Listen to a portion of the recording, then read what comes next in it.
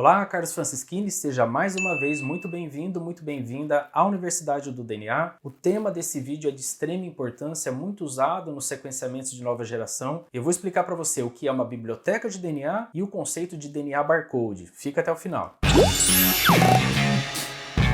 Bom, esse vídeo aqui é de extrema importância, principalmente porque nos NGS, sequenciamentos de nova geração, se fala sobre biblioteca de DNA e DNA barcode a todo momento. Então, esse não é um conceito restrito aos NGS, é uma estratégia que a biologia molecular usa já há bastante tempo e por isso, então, que é mais importante ainda que você saiba e entenda esses conceitos. Eu vou começar definindo com você, então, o conceito de bibliotecas de DNA. Elas nada mais são do que um conjunto de fragmentos diferentes com tamanhos específicos obtidos a partir de uma amostra de DNA. Vou repetir para você. É um conjunto de fragmentos diferentes com tamanhos específicos obtidos a partir de uma determinada amostra de DNA. Imagina que você tenha que sequenciar o genoma de uma bactéria recém-identificada. A primeira coisa que precisa ser feita quando você quer sequenciar o genoma de algo é escolher qual a metodologia que você vai usar para isso. Então vamos supor que você tenha escolhido trabalhar com um sequenciamento de nova geração, onde o tamanho do trecho de DNA que esse equipamento consegue sequenciar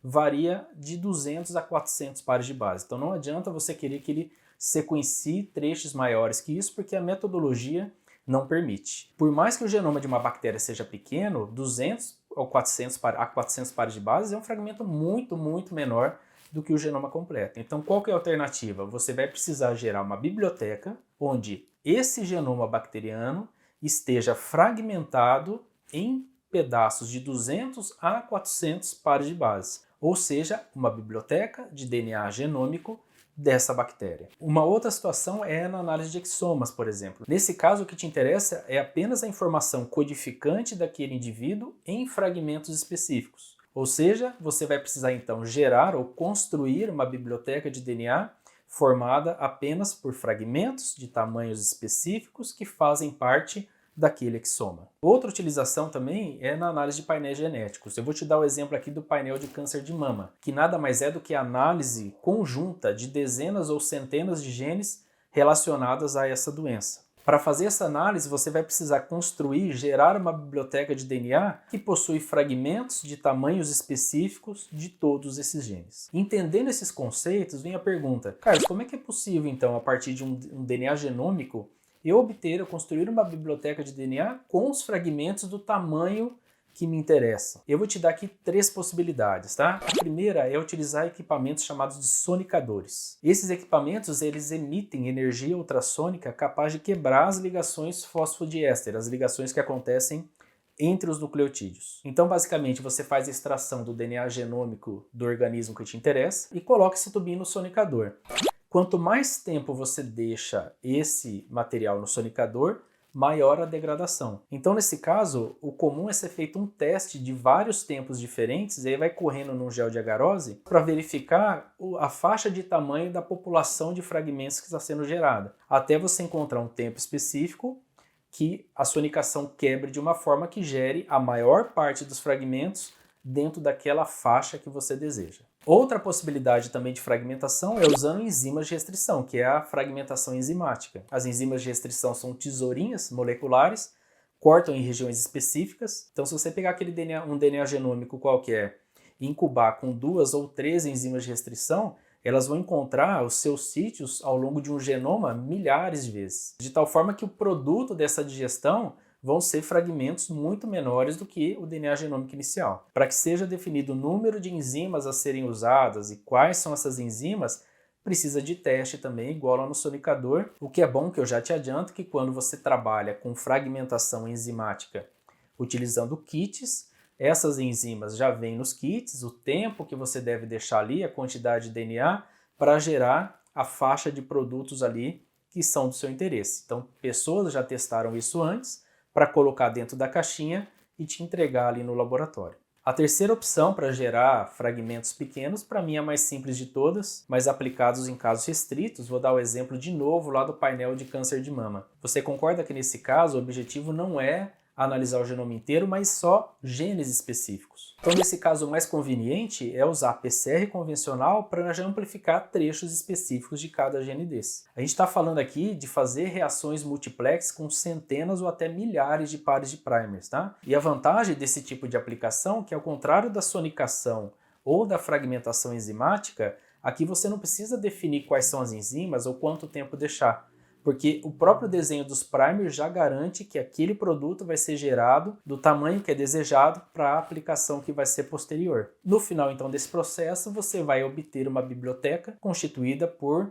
milhares de fragmentos diferentes desses genes relacionados ao câncer de mama. Aqui eu quero só fazer uma pausa. Se você está gostando do vídeo, não esquece de dar um like aqui, compartilha com quem pode se interessar e não se esqueça de se inscrever no canal e ativar todas as notificações. Também quero te convidar para fazer parte do grupo VIP do Telegram da Universidade do DNA, porque lá eu sempre posto as novidades aqui do canal. Fica o convite, vai ser um prazer te receber lá. Voltando então aqui ao nosso assunto, a partir do momento que as bibliotecas são construídas, a próxima etapa é fazer a ligação nas extremidades dessa população imensa de fragmentos com adaptadores. Esses adaptadores são específicos para a construção de bibliotecas. Eu vou te dar um exemplo aqui do lado de 4 adaptadores fictícios. Veja que eles nada mais são do que pequenas sequências de dupla fita de DNA que possuem quase a mesma constituição de nucleotídeos, com exceção dessas regiões que eu estou colocando aqui coloridas. Nesse caso fictício aqui,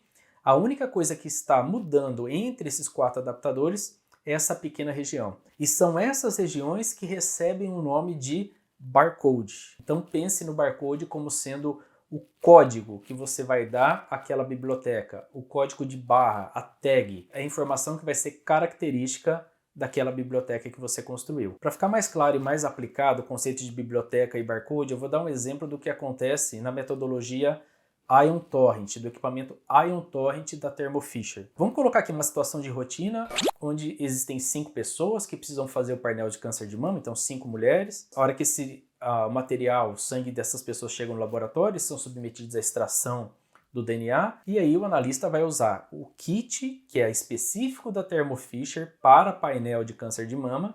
Lá vão ter todos os reagentes necessários, vai ter a bula, o passo a passo, mas basicamente cada amostra de cada mulher dessa vai ser submetida a uma série de reações de PCR convencional com misturas de pares de primers que vão gerar uma porrada de fragmentos de tamanhos específicos para cada gene de câncer de mama que vai ser analisado naquele painel. Essa metodologia vai ser feita para cada pessoa, ou seja, vão ser geradas no final das contas 5 bibliotecas diferentes. Como eu falei para você, o próximo passo, a partir do momento que você tem esses fragmentos gerados, é a ligação de adaptadores. No caso do Ion Torrent, os adaptadores chamam P e A. E para cada biblioteca são ligados adaptadores P e A. A ideia é que para cada fragmento você tenha um A numa ponta e um P em outra.